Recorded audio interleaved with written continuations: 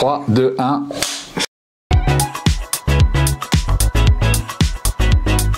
Dans cette nouvelle séquence, nous allons voir comment mieux travailler ensemble, à la fois en présentiel, mais également en distanciel.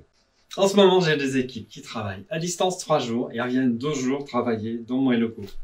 Et à chaque fois, j'ai l'impression qu'il y a une perte de temps. Ce qu'ils ont fait à distance, ils l'oublient quand ils reviennent. Comment je fais pour que ces équipes travaillent efficacement? Et aujourd'hui, on a des approches extrêmement adaptées pour répondre à ta problématique. Pour commencer, il faut qu'on ait des modes de travail qui soient relativement homogènes, quel que soit le lieu physique dans lequel on travaille. Comment tu fais pour avoir des moyens homogènes, physiques et distance? Je vois pas bien. Tu vois pas bien. Là justement, regarde à l'écran, on aperçoit une situation de travail où quelque part il y a 2 personnes qui sont isolées chez elles. Elles travaillent avec du Zoom, du Teams, voilà, les solutions de visio traditionnelles, mais on a amené autre chose. D'accord, je comprends un petit peu. Là, ils sont en train de travailler avec un même outil en même temps. Au-delà des approches traditionnelles avec de la visio, on va amener des outils qui vont accroître la capacité à partager de l'information et à travailler ensemble sur les mêmes contenus.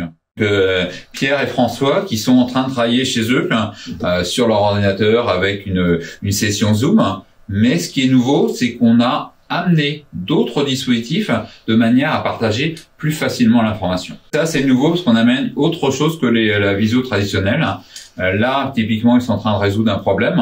On va peut-être voir un zoom sur l'écran. Voilà, donc on a mis des outils à disposition en termes de méthodologie. Chacun va pouvoir partager ses idées.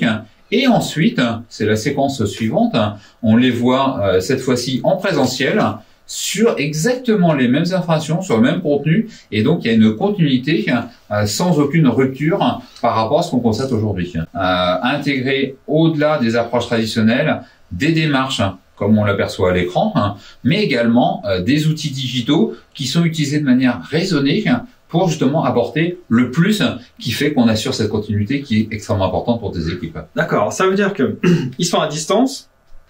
Moi, je suis au bureau, je vais intervenir dans la réunion parce que ils m'ont demandé de participer, j'ai des idées à donner, à partager avec eux, je peux faire ça de la même manière. Complètement. Et on parle d'hybridation des modes de travail parce que justement, c'est pas forcément en présentiel ou en distanciel, mais il peut y avoir des modes mixtes et ces solutions sont complètement adaptées.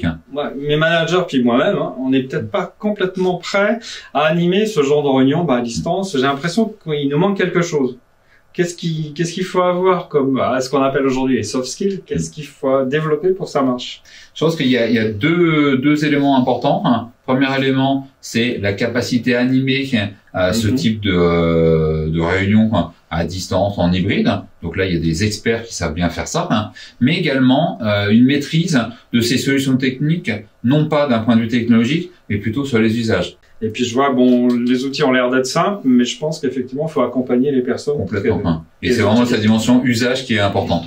D'accord. Vous aussi, vous avez apprécié ce type de vidéo, n'hésitez pas à les partager. Et bien entendu, Human IT et Actesio restent à votre disposition pour vous accompagner sur ces nouveaux modes de travail. À très vite. À très vite.